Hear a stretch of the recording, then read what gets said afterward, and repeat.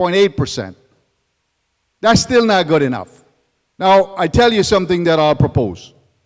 We have what's called opportunity zones. There are 30 of them in Broward County. And these opportunity zones got passed by bipartisan legislation. They cover mostly urban areas and rural areas that have high poverty, high unemployment. The legislation is not complete, even though it says we're going to bring money in. Nothing in there says that a percentage of the people in that neighborhood will get the jobs, or job training, or skill set development. That a percentage of the business in that neighborhood, in those neighborhoods, will get contracting opportunities. Nothing says that we're going to put more investment in early childhood education, in college education, in technical training programs. That must change, and I believe we can get that passed. Because here's what happens. When we lift up communities that have been left behind, we create greater prosperity for everyone in our country.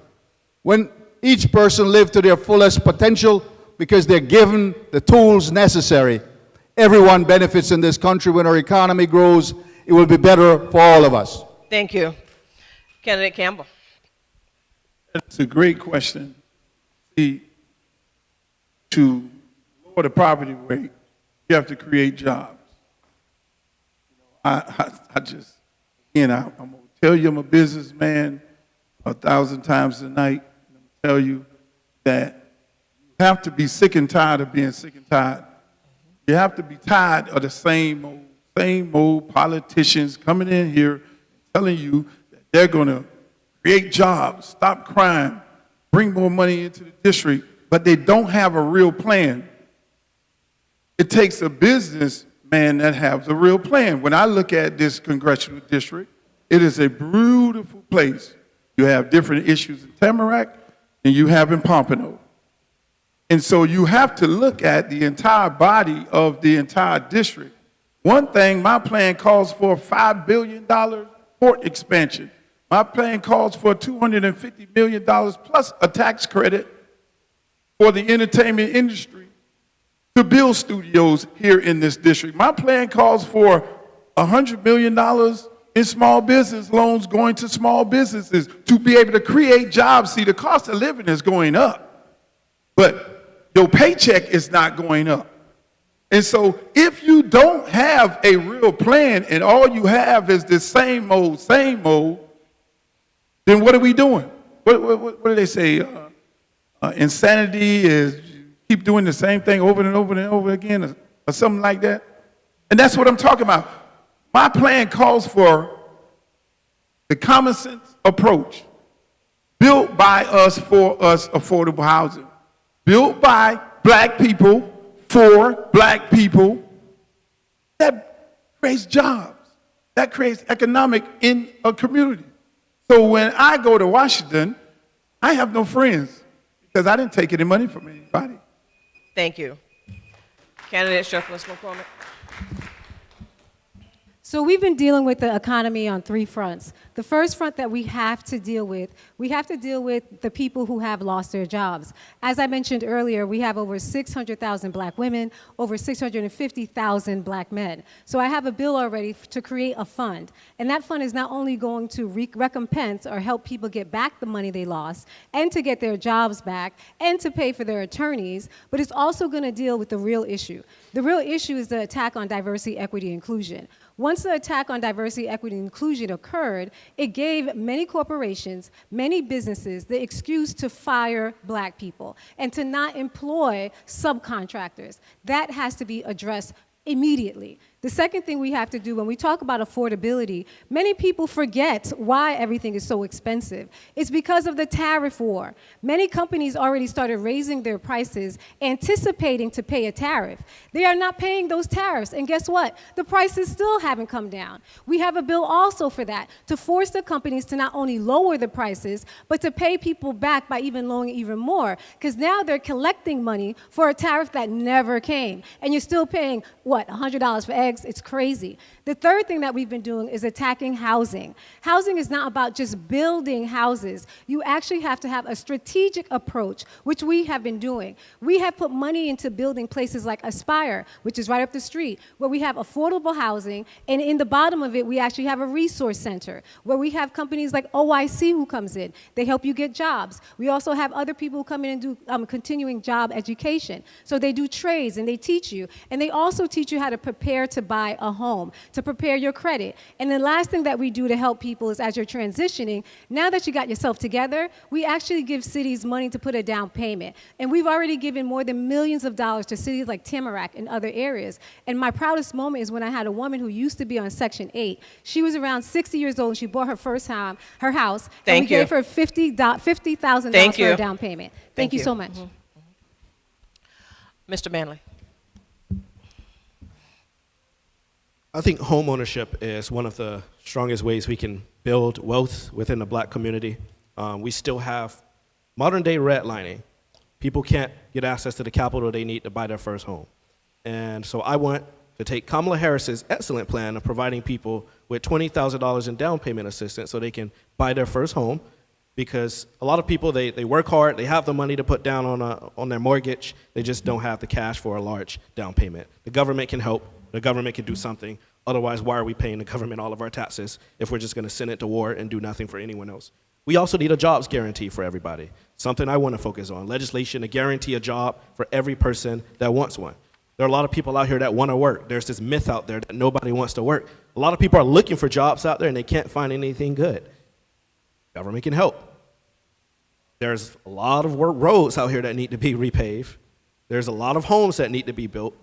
There's so much that can be done in our community, and we just need to create the jobs for the people so that they can go and get them and work and take care of their families and buy homes. So I will support a federal jobs guarantee. The next thing we have to do is make sure that we are investing in small businesses for minority-owned small business owners, people that want to start businesses.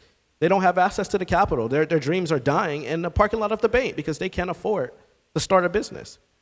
Let's make sure they have the capital, including those young people that have bright ideas. They're innovative. They want to do something, but they don't have the money to do it, and we can help them do it.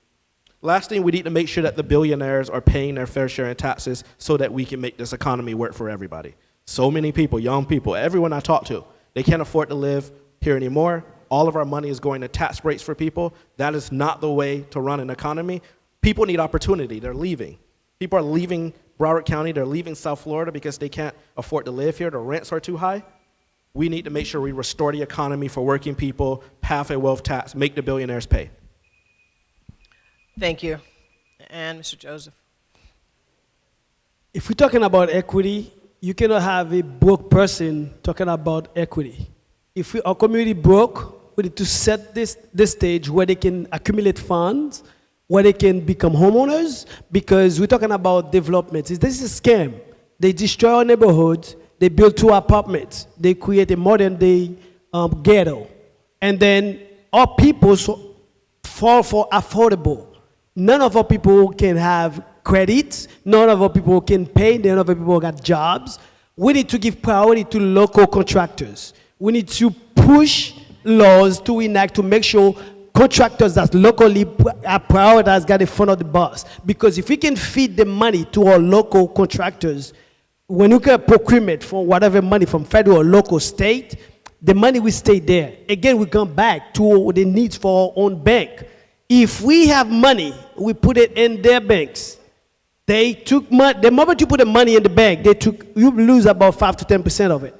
You don't have control of it. We need to get control of our own funding, our own money, our own projects for us to get our community to lift it out of his. All that good talk, we keep giving all the developers billions of dollars, most of them out of state. They're not even in the state. They are investors. They see us as numbers. They see us as profits. We need to bring those money, invest. We got those talents in our district. We got our talent in our state. Let's give them priority. Let's make sure they have the front of the bus when it comes to bidding of contract. We train them how to bid for contract, to get the bidding for contract for local, state, and federal. That's the only way we can uplift our country. Not giving you the food, but teaching you how to make your own food. That's my point. That's my goal, and I would invest a lot of education when it comes to build equity in the community. Thank you. Let's talk about public education. So, public schools in many of our black communities, certainly in CD20, continue to struggle with teacher shortages, achievement gaps, aging facilities, and unequal resources. Especially that last one on unequal resources. I serve on the diversity committee for the district. See it in too many of our predominantly black schools. What role should the federal government play in ensuring that every child, regardless of their zip code, has a free, high-quality education, and what legislation would you support to make sure that that happens? So let's start on this side.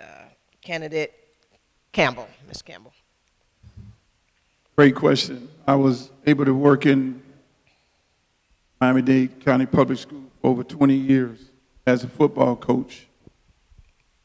I was able to build a stadium in a blighted community at Miami Edison. I was able to partner with Miami Dolphins, building a locker room. I was able to leverage my endorsement with Adidas to give the entire district $50 million so that every kid can be able to have proper uniforms.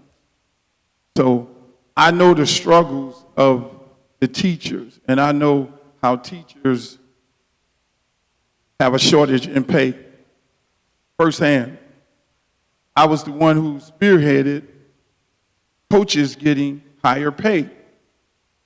Most of your coaches are contract coaches, and we could not get them the higher pay because of the teachers union saying that they needed the money for teachers, rightfully so.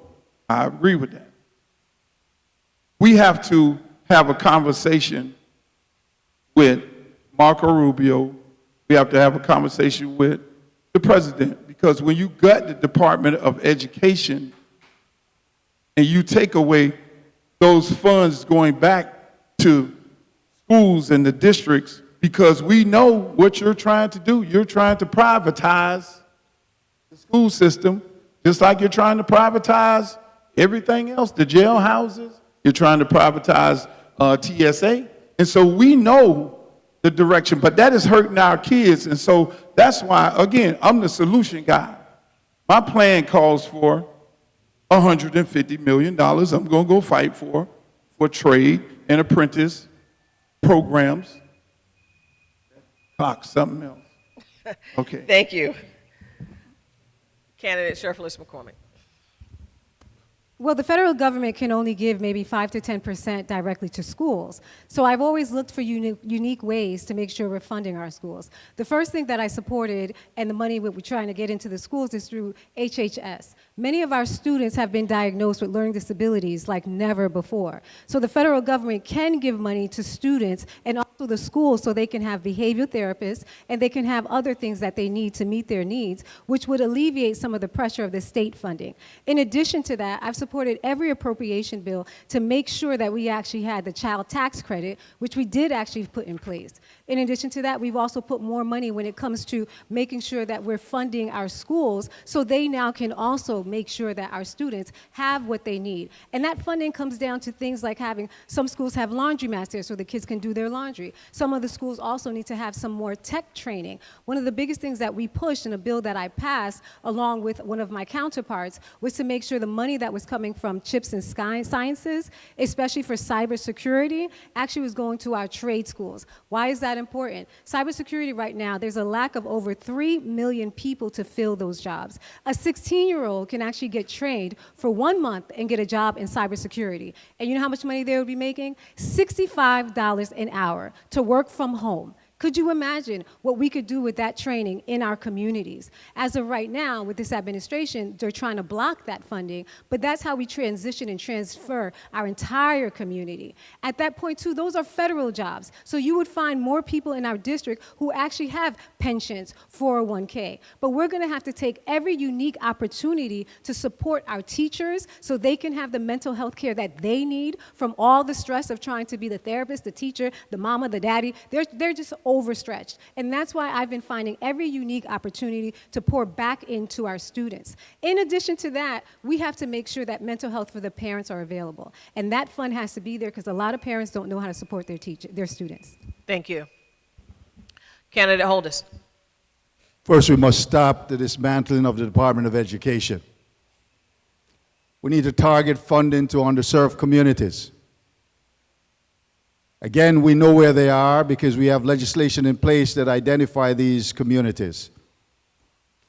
Increasing the child tax credit is essential for America's future. It has lifted many people out of poverty. That should be expanded and made permanent. We should also look to see how we partner with local government, with school boards, to find matching funds.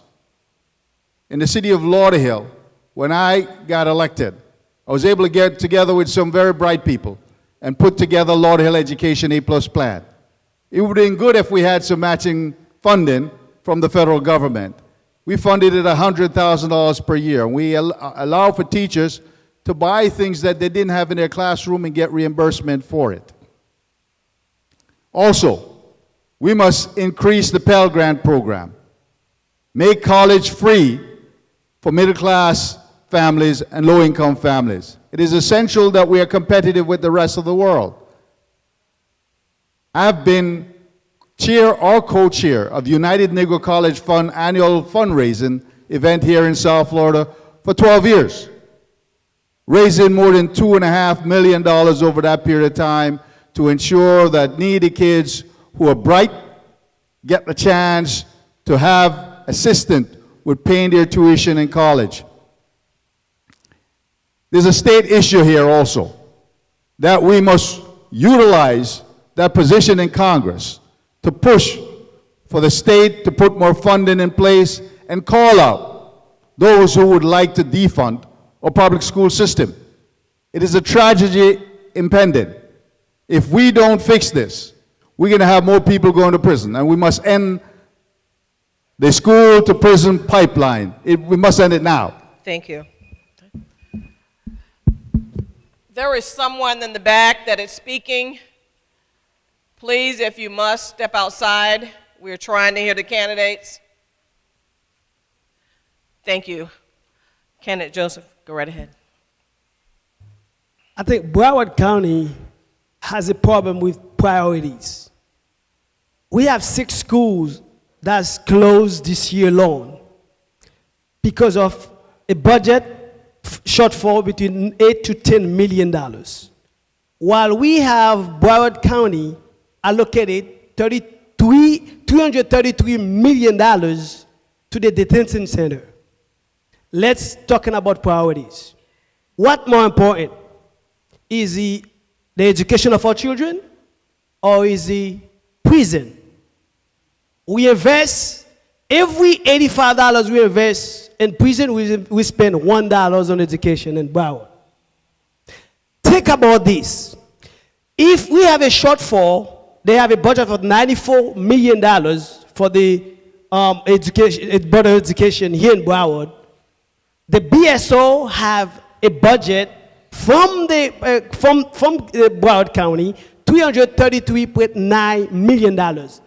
Wait for it. 40% of this money goes to take care of jail. And they're still asking the government, they cannot pay staff. Thinking about paying teachers. Where is our priorities? Is it our teachers or jail, prison? Wait for that. 60% of people we house in Broward come from other counties. They do what's called the holdovers. They're not even from Broward. We pitch the bill. I think we need to set a priority in charge. Stop doing politics. Stop playing games with people. We face the reality. 6 schools closed this year. We have 6 more projected to be closed next year for $10 million, while we invest $233 million on prison. Choose your priority wisely.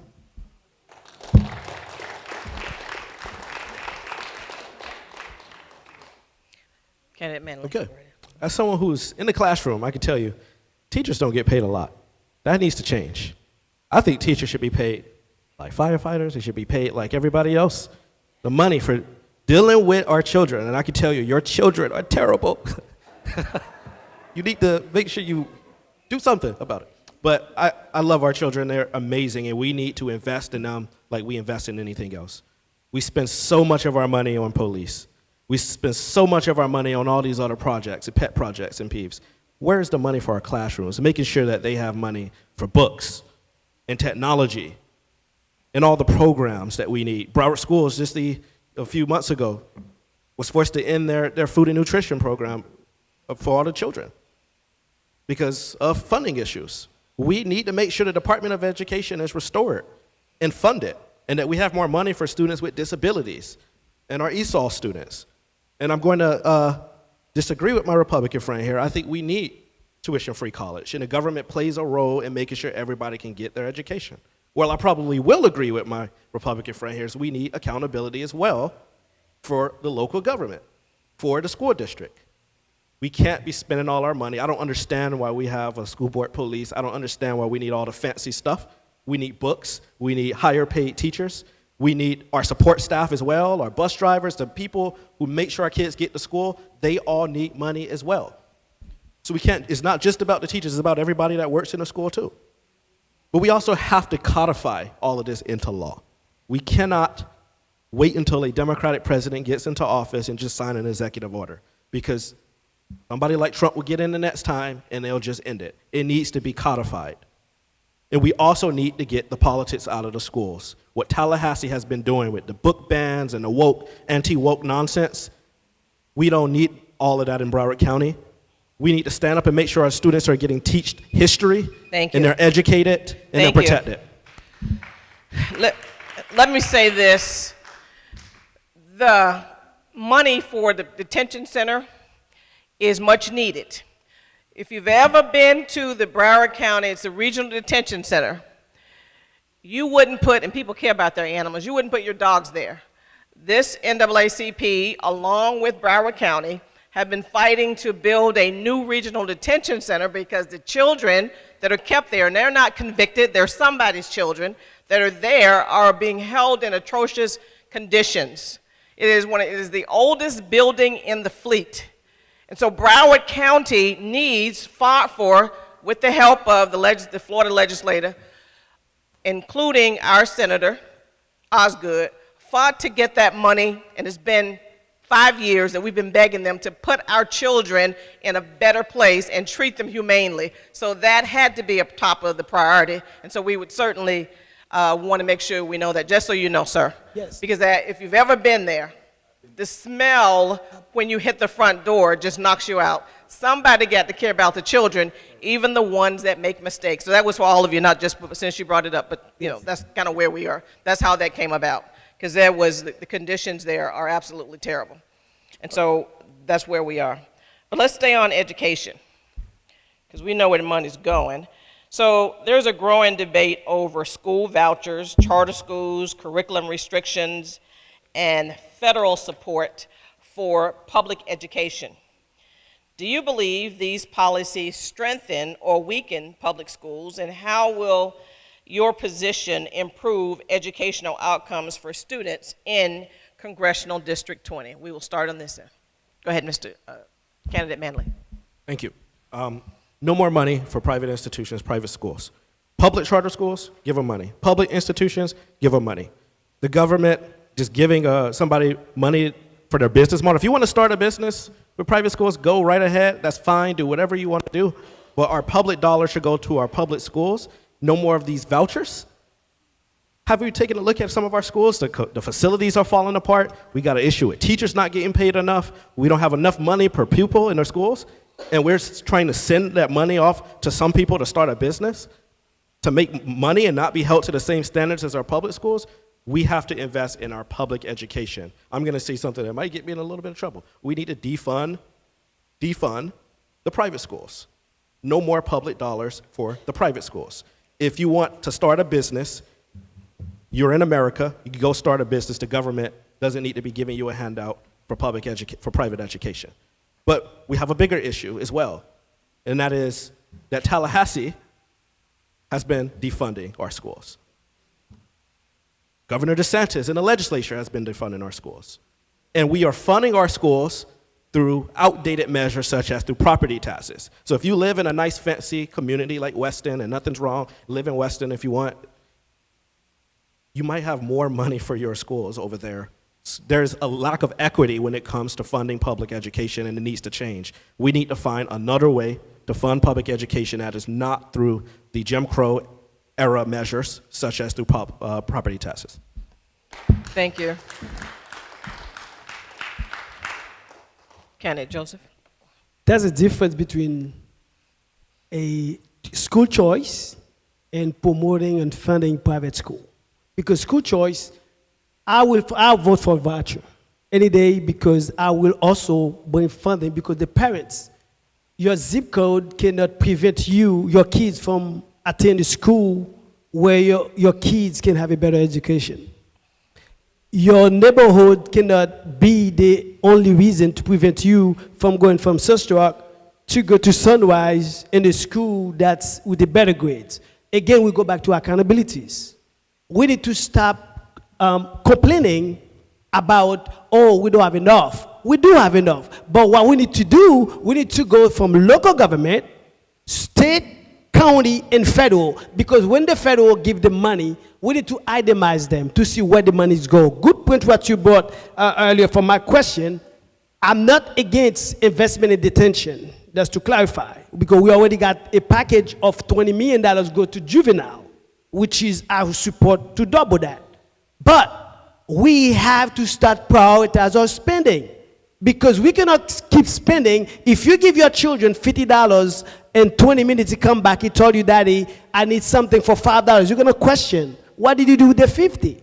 Why we keep on spending, wasting money that allocated for our kids on projects that you planning 20 years ago that's never materialized, and then every fiscal year we tell the government we don't have enough? That's mismanagement.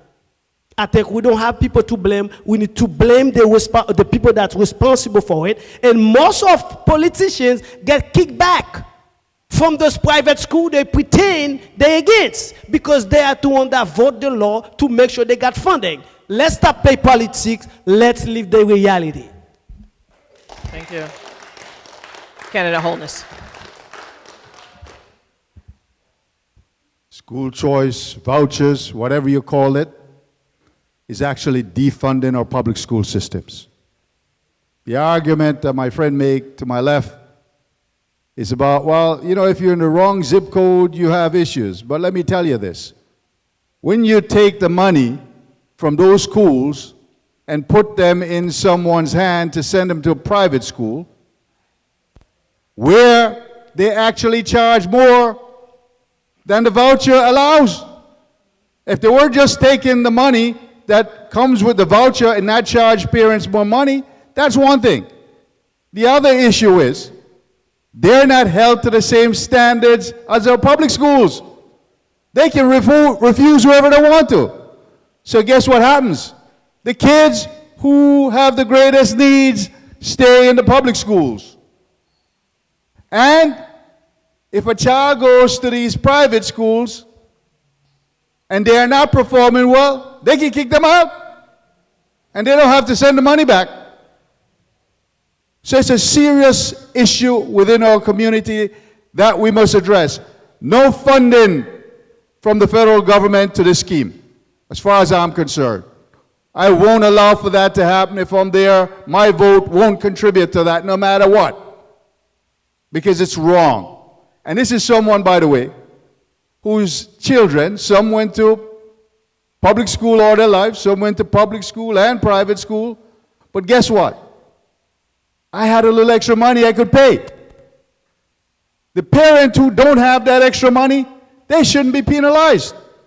by those funding that go into those schools. And I didn't ask for no subsidies either. I paid for it from my own pocket. And that's the way it should be. The public schools is for everyone and should be fully funded and not defunded by this scheme. Thank you.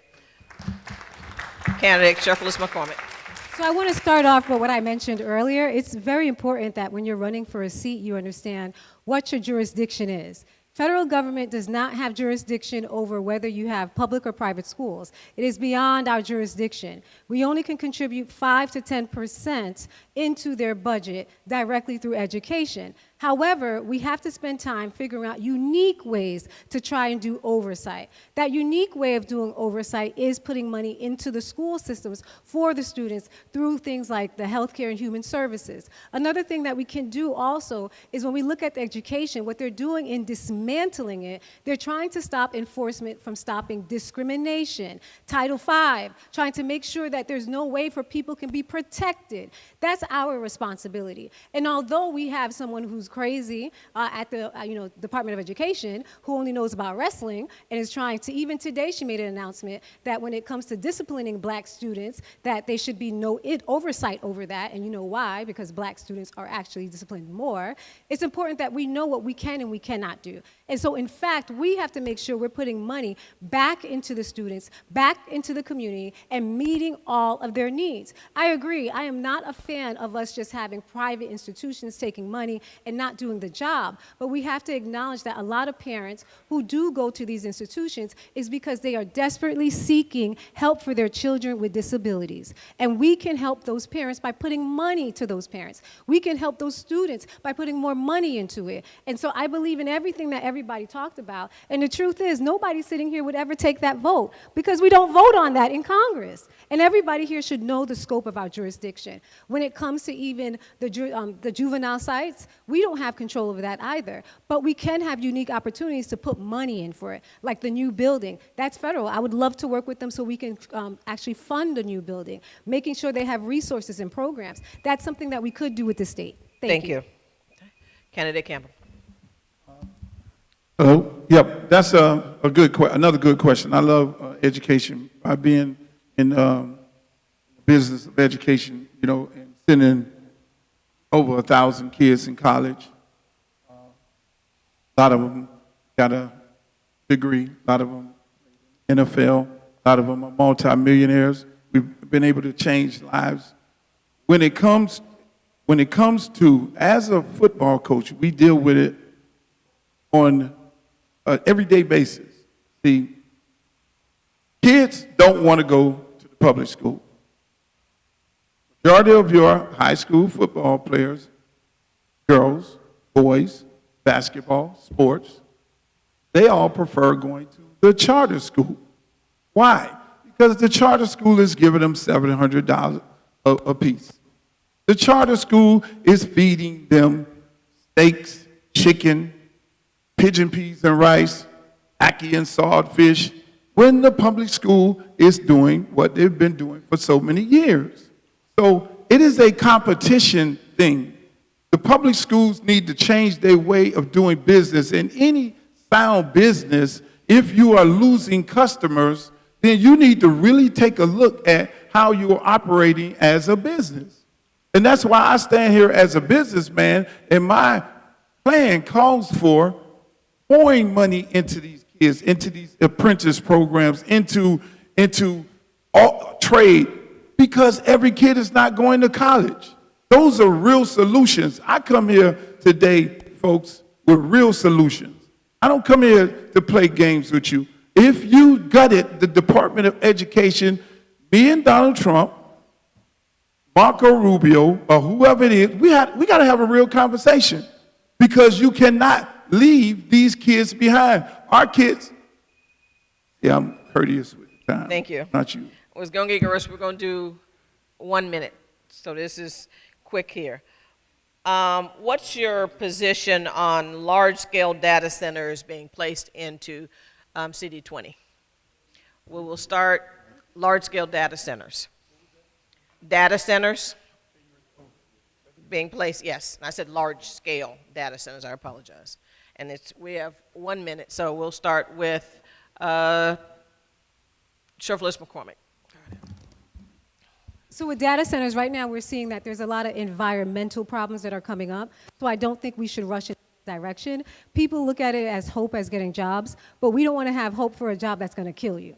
And that's what we're seeing right now, the contamination with the data centers, what they're actually emitting throughout the community. Already we know when it comes to environmental justice, we're the last people to get that. And my fear is if we had a data center here and it was emitting or poisoning our water, even if it was doing, I don't believe they would tell us. I think they would conceal it, like in other areas where they have done it, and this has been proven. So we have to make sure that anything that's going to come into our community actually has long-lasting benefits without consequences that can destroy us and our future. And we've seen the harms that they've done. When they contaminate the water and people around them, we've seen higher rates of women who actually, who are losing their children, having stillborn, and we're also seeing men being sterilized, in addition to the health and the cancer that we're seeing it. And I'm not willing to have that risk, not here, not on my watch. Thank you. Candidate Campbell. I do not believe in data centers. Under no circumstances, data centers, pollution, data centers is going to take all your water. Data centers are not healthy. When you look at what they did in Memphis, by just putting these data centers in the black community, that's where it's going at, they've affected those people's quality of life. Elon Musk didn't even get approval to put those data centers in Memphis. And when you look at this field across the street from my good friend Cece's restaurant, 128 acres sitting over there, trust me, they're looking at that area to put a data center, and that will not be that will not benefit the people of Congressional District 20. So I say to you, when you look at what you have to, the individual you have to vote for, think about, are they easy to be paid off to bring data centers here? Thank you. Candidate Holness. So we must restore the funding to the EPA and expand the Supreme Court, who basically rolled back our environmental protection system that has been in place for so long. That must be done. And then Congress must also put funding in place to stop environmental abuse, not only from data center, but from other things that are harming many communities, especially communities that are underserved, communities that don't have wealthy people in it, communities that need a voice from those communities to stand up and fight for them. We should also put measures in place that limit the impact these data centers have on our communities. And yes, I did visit the Juvenile Detention Center. It is atrocious what goes on there when I was on the Juvenile Justice Board. Thank you. Go ahead. Not only I'm against the data center because those are billionaires that want to play. We need to take a pledge. Any politicians not supposed to take a dime. And to make a pledge, make sure the government not funding those fantasy of those billionaires. Florida, we look at Flint, Michigan. We see the after effect of Flint, Michigan. 23 years, still today they don't have clean waters. In Florida, with the lacking of EPA enforcement, we the next victim. And I think any politician that's in cahoot with any data center provider, that don't take precedence over my constituent that cannot eat, that cannot feed, that don't have a job. I think putting people to work, that should be the priority, not data center. Candidate Manley. So you're not going to get rid of the data centers, but we do need stronger regulations on them. And like all polluters, they need to make sure they pay for their own utilities and their own water and not using the public's water and our utilities, because we end up paying the bill at the end of the day. We need stronger regulations. Like one other candidate said up here, we need to expand the Supreme Court because the EPA has been gutted by the Trump administration so that his friends can get all the permits to frack and drill all across the country. We got to shut that down. We can't allow that. We need a stronger EPA restored. But this goes beyond just the issues of pollution from the data centers. This goes to the issue of how AI is going to transform our entire economy. And it is something that I'm extremely concerned about when it comes to labor, when it comes to our democracy. We need protections because this technology is already 10, 15 years ahead of Congress. And to regulate it, you got to have somebody that understands how this technology works. I have an AI safety plan. You can read it on my website. Thank you. One last question, and I've seen Golden Victor number 44, which is our Eastern Stars. I've seen the Shriners. I see the Kappas. I see the Qs. I see the Links. I see Z, Phi B. I see Delta, Sigma Theta. Yes, I see y'all. Okay. My first vice president is giving me the look. Z, Phi B, ooh wee, I see them. I see them. They're always partners. Who am I missing? And so tell them, these, our community, what do you believe is the greatest civil rights threat facing America today? We will start, Mr. Campbell. The greatest civil rights threat that's facing us today is us. Whether we make a decision in this race, the world watching, vote for an African-American candidate coming out in major numbers like a presidential election. Because if we don't, and if we let the lady who did not help build your facility, but she helped build a prison for ICE detention, if we allow her to win this race, we will not win the general. What you see in the Democratic Party will crash. So we have to take a stand, and it all starts right here. The world is watching Congressional District 20, and don't you Thank you. miss this opportunity. Thank you, sir. Candidate Sheriff McCormick.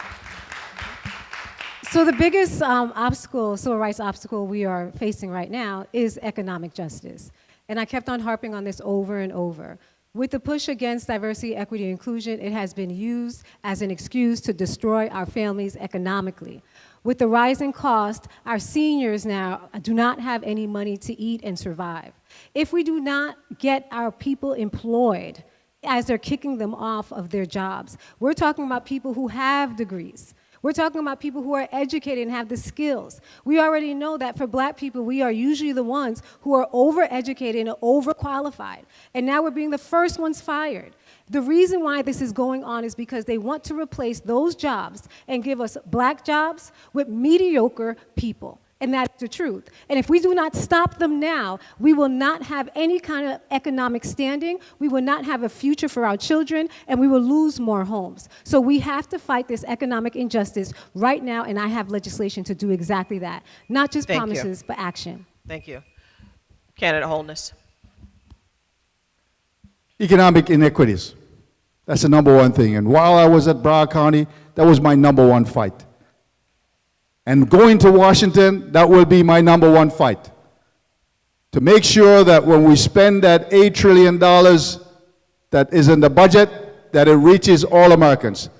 Tied into that is a criminal justice system that needs reform, because if you lock folks up, then guess what happens? They're going to have a tough time getting a job. In Broward County, I put measures in place to help to change that. One is a juvenile justice civil citation program that I passed that now requires that a police officer don't have to give a ticket, arrest a young person for minor offenses. Income disparity is also a major issue. On average, a white person with a high school diploma makes as much as a black person with a bachelor's degree. That's wrong. Thank you. Thank you. Candidate Joseph. Justice reforms and equality. That's the biggest civil rights we're facing. And this is since 1994. They do a reboot of the justice system.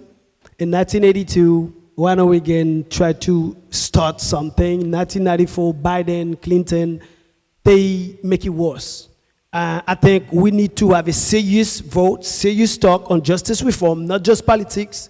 Stop taking money from the prison system, making sure our black kids have equal chance when they go to the justice system. Because one kid cannot be spending 20 years for kicking a bottle, another got probation for 2 days. We need to make sure we play in the field and justice reform. If we don't take action, the more that going, the longer it goes, the more the worse it's gonna get. Since 1994, we keep complaining. We saw joy flow, we saw all those things happen, but we keep complaining without taking action. I think that's the most dire need for this facing us right now. Thank you. Candidate Manley. Income inequality, I think, is the greatest civil rights threat to all of us.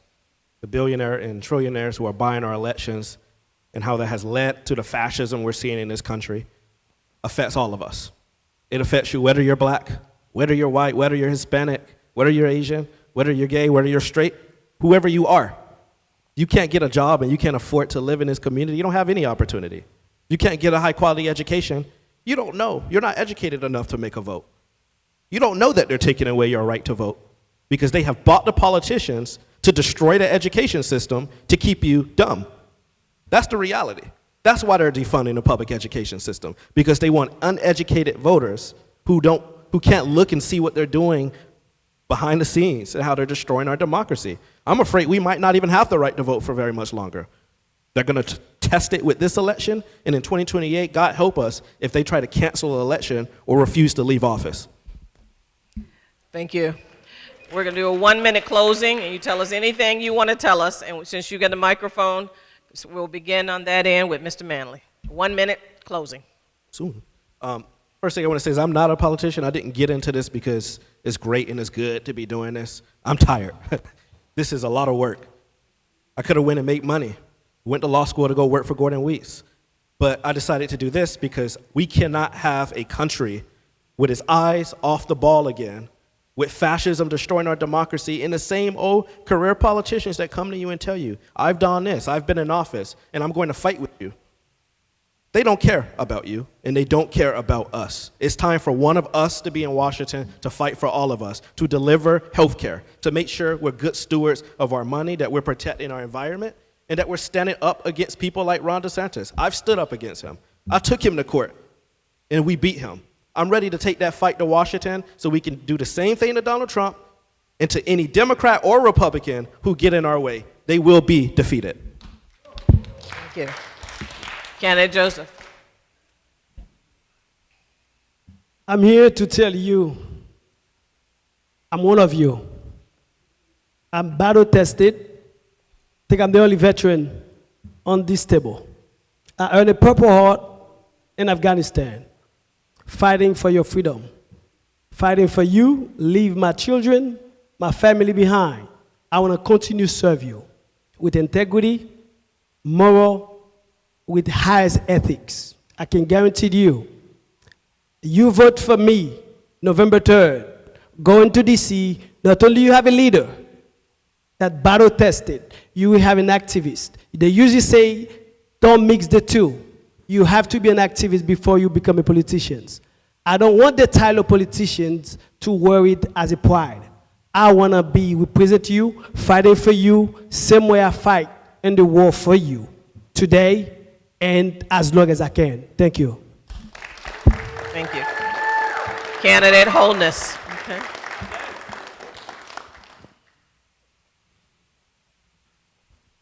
I'm a 51-year resident of District 20. I grew up here. I live here. My business is here. I have the lived experience of you in this room. I've fought for years, for most of my life, to lift people up, all people. But certainly, in our country today, there's a huge disparity that exists, and it affects us here deeply in District 20. Now, if you go to my website, wholenessforcongress.com, wholenessforcongress.com, you'll find Wholeness Prosperity for All agenda. A snippet of the things that I think we need to do to lift our country up. Affordability is a major issue for all Americans, and we must work to address that by changing the tax code that we have so that we don't give $1 trillion tax giveaway to the wealthiest in this big, ugly, nasty bill. And I have an action plan for the black community that I created in 2020. Thank you. You may get a copy. Thank you. Okay. Candidate Sherfilis McCormick. Thank you for this opportunity to talk to everybody, but the truth is, I come here all the time. I'm always in the community because I love this community. This is a community that believed in me when I was a single parent, raising my daughter with a learning disability. Because of your support, because of the Urban League who helped me get to college at Howard University, who supported me and said I could finish law school even though I was a single mother, who told me that, you are somebody. That's the only reason I can stand here today in Congress is because you instilled in me what it is to fight and succeed. When I go to Congress, I fight for you every single day because I know what you've been through, and I know there's another single parent, single mother who wants to rise up and serve this community. This fight has always been about you. I have real experience, I have a real plan, and I know what I'm doing. Within the last 2 years of being in Congress, I was appointed to be the head of the Middle East and Northern Africa during the biggest crisis. And that's because I'm smart, I'm pragmatic, and I have heart for the people. I will continue to fight for you as your Congresswoman. I'm Congresswoman Sheila Sheffilis McCormick, Thank you. and I approve this message. Thank you. Candidate Campbell. I want to thank you all for being here tonight. I know you had a whole lot of things that you could be doing right now. This race calls for a fighter. It calls for a person to fight. It calls for a person who's been fighting all their life like me. I have been fighting all my entire life. I fought all the way to the United States Supreme Court and won. I fought Nick Navarro when he was terrorizing Broward County and won. I fought for kids. We've gotten so many kids in college, gotten so many kids changed their way of life. I fought for those things. I fought to build parks. We did that. You need a fighter in this race. You need a businessman. You need somebody who you can count on that will come back here and have those hard, difficult conversations with you about how do we get it done. And that's me. Vote for me. You'll be okay. Trust me. Thank you. As the pastor comes forth, I want to thank you all. Ladies and gentlemen, these are some choices in here. You've heard some things. And if there's a question that you didn't hear, I invite you to come ask them that question, and you'll be around for a few minutes. Yes? Ask your question. Okay. And we will make sure that if Candidate Campbell is late but maybe you can talk to him out the door. His son's birthday, so maybe you can talk to him if you walk fast out the door. But they also have websites. Everybody's giving you their website. If you want more information, I'm sure you can contact their campaigns to understand any issue that they may have. But I encourage you to ask as many questions as you need so that you can cast your ballot for the candidate of your choice that's going to stand with you and stand up for you when they arrive in Tallahassee. Wanted to thank all of you, all of our membership in particular. We were just awarded, I returned from the National Convention from Chicago, Illinois. We increased our membership by 121%, but there's still room. There's 541,000 plus black folk in Broward, and it's not just for black folk, it's for everybody, but we ought to have more of us to be about the business of civil rights. Freedom is not free. Membership in the NAACP is only $30 for an entire year. Many of y'all spend that on coffee and lunch tomorrow, so make sure that you go to our website, naacpftobroward.com, and become a member. And with that, Pastor, if you'll close us out, please. Thank you all. Come on, let's give the NAACP a hand. Let's give our moderator and our president a hand. Amen. We thank you once again for choosing to use Mount Hermon as the place for this awesome event, and we hope that you will come back soon. And I hope that God will see you safely to your destinations. Let us pray. Father God, we thank you. We thank you for the lives and the families of these candidates who are offering themselves. God, we ask that whatever choice is made at the ballot box, that you will guide the person that you choose, that you will help to heal District 20, and that you will bless the work of our people. God, whatever it is it's going to be, you didn't say it'd be easy, but you said that we could do it. And so we ask and trust you during this time. God, lead us out of here safely. Bless us, our cars, everyone we ride, but keep us all safe from hurt, harm, and danger. We pray this in the name of our Savior, Jesus Christ. Amen. Thank you.